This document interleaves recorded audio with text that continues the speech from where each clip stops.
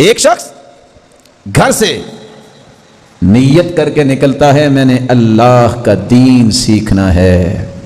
इस नजरिए से घर से निकलता है, मैं रब के करीब हो जाऊं, जिहालत मुझसे दूर हो जाए, मेरा रब राजी हो जाए।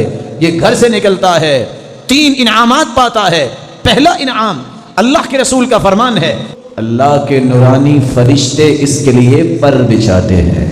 दूसरा इनाम, ये चल के गया है, सहीहुल जामी की रिवायत है, ये किसी रास्ते पे चला है, किसी रोड पे चला है, खा ये गाड़ी पे गया है, इसके पांव पे गर्द, इसके चेहरे पे, इसके लिबास पे जितनी गर्द पड़ेगी, क़यामत के दिन जन्नत की उतनी कस्तूरी इसको नसीब हो जाएगी।